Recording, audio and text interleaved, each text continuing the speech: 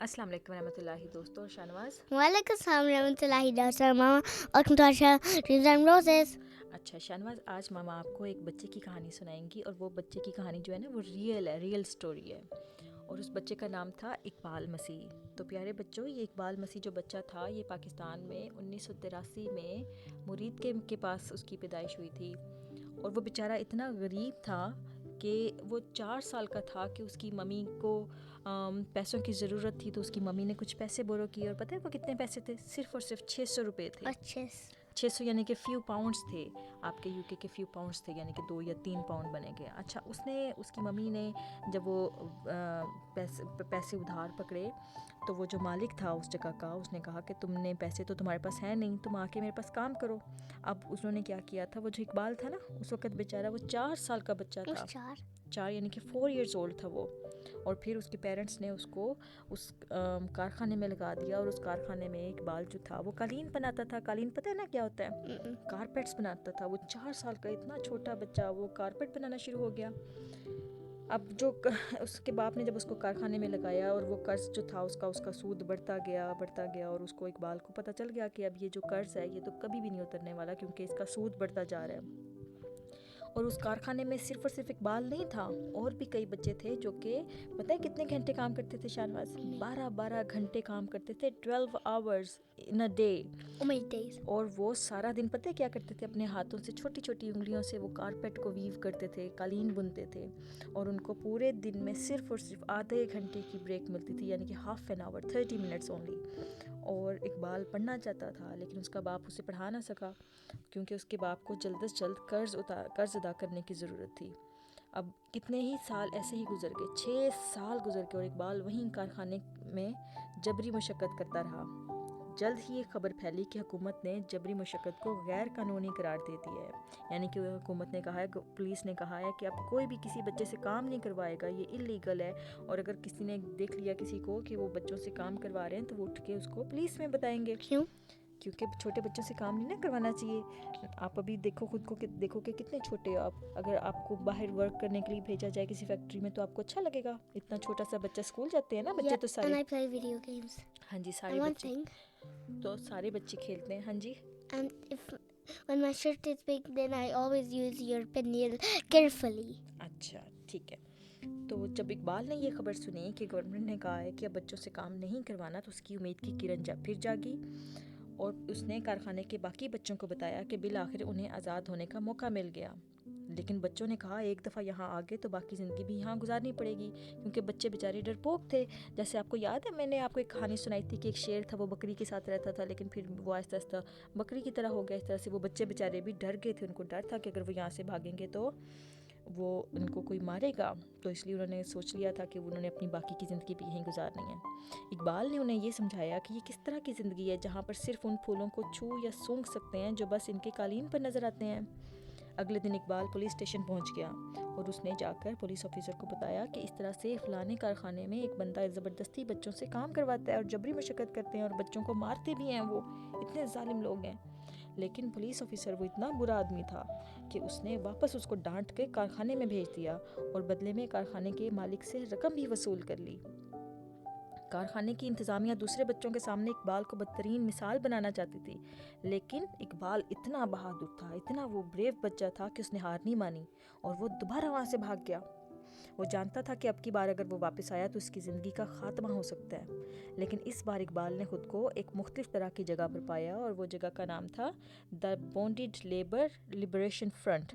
وہاں پر چھوٹے بچے جو کہ اس طرح سے جبری مشقت میں ہوتے ہیں, قید ہوتے ہیں, اور وہاں پر وہ ان کو وہ آزادی دلواتے ہیں. آخر کار وہاں پر پھر اقبال نے اسکول جانے کے قابل ہو گیا, اور پھر اسے پڑھنے کے ساتھ ساتھ کھیلنے کی سہولیات بھی میسر تھیں. اور اس نے خود سے وعدہ کیا کہ ایک دن وہ ضرور وکیل بنے گا, اور اپنے جیسے باقی بچوں کو جو اس طرح سے بونڈڈ لیبر میں ہیں اور مزدوری کرتے ہیں ان کو آزادی دلوائے گا. اس اسکول میں اقبال نے 2 سال میں ہی 4 سال کی پڑھائی پوری کی. دیکھو وہ کتنا انٹیلیجنٹ بچہ تھا ماشاء اللہ سے, ہے نا؟ How? کیونکہ اس نے 2 ایئرز میں 4 ایئرز کی پڑھائی کمپلیٹ کر لی تھی. How? کیونکہ ہی واز ویری انٹیلیجنٹ. اور پڑھائی کے دوران ہی اقبال نے بچوں سے مشقت کے خلاف جد و جہد کی, اور اپنے جیسے 3000 بچوں کے لیے روشنی کی کرن بنا. اس نے 3,000 بچوں کو اس قید سے نکالا جو کہ بانڈیڈ لیبر میں تھے. How? جو بچے قید تھے نا، باقی بچے جو کارخانے میں تھے چھپ کے جو کام کرتے تھے، جس کو زبردستی کام کرواتا تھا اس And the کو police hits him? نہیں، اس نے اقبال نے ان کو بچوں کو آزادی دلوائی، What's azadi? یعنی کہ فریڈم دلوائی. اور پھر اس طرح سے دنیا بھر میں اپنی تقریروں کے ذریعے بچوں کی جبری مشقت کے خلاف آواز اٹھائی جو اس کی پہچان بنی. اقبال نے ایک تقریر کے دوران کہا کہ وہ مستقبل میں وکیل بننا چاہتا ہے تاکہ وہ بڑے ہو کر بچوں کے حقوق کے لیے لڑ سکے. دنیا اس چھوٹے سے بچے کی کاوشوں پر حیران رہ گئی اور اسے $15,000 کی تعلیمی اسکالرشپ دی گئی. اقبال کا کارپیٹ سیکٹر کے خلاف بولنا کسی کو پسند نہیں آیا.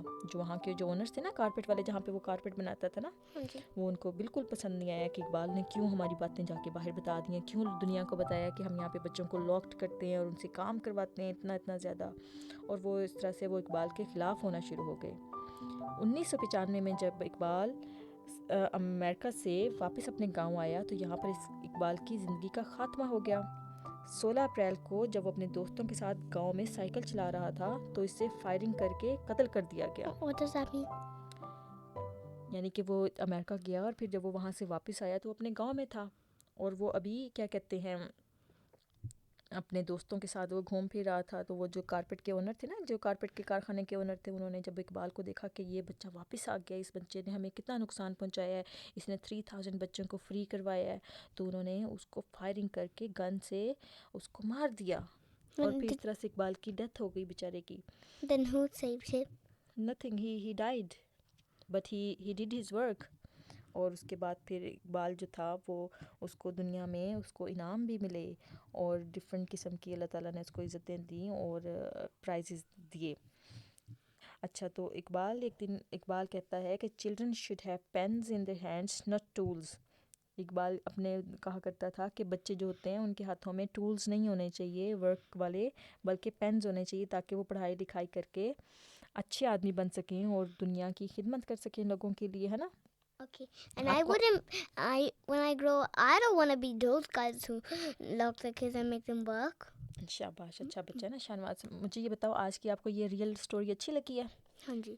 آپ نے آج کی کہانی سے کیا سیکھا ہے؟ میں نے سیکھ لیا ہے کبھی کس کو نہیں ٹریپ کرنا ہے اور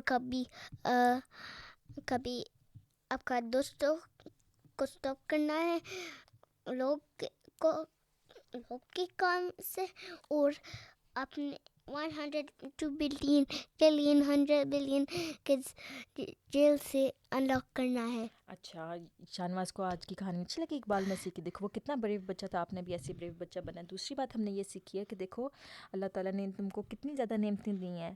دیکھو وہ چھوٹا سا بچہ تھا، اس کی ماما کے پاس 600 روپیز نہیں تھی اور اس کی خاطر اس نے لون لیا اور پھر اس طرح سے اپنے بچے کو، اس کو بیچاری کو چھوڑنا پڑا وہاں پر کارخانے میں، اور اس طرح سے وہ بانڈیڈ لیبر میں چلا گیا بچہ. تو ہمیں اللہ تعالیٰ کا شکر ادا کرنا چاہیے کہ اللہ تعالیٰ نے ہمیں آزاد پیدا کیا ہے، ہمارے پاس دوائی کے پیسے ہیں، ہمارے پاس فوڈ کے پیسے ہیں، ہے نا، and toilets پیسے and فضول نہیں house. بولتے. تو امید کرتے ہیں ہمارے دوستوں کو بھی آج کی یہ اقبال کی کہانی جو کہ ایک سچی کہانی تھی پسند آئی ہوگی. انشاءاللہ ہم پھر حاضر ہوں گے ایک اور اچھی سی ڈاکیومنٹری کے ساتھ. تب تک کے لیے اللہ حافظ. And don't forget to subscribe our channel.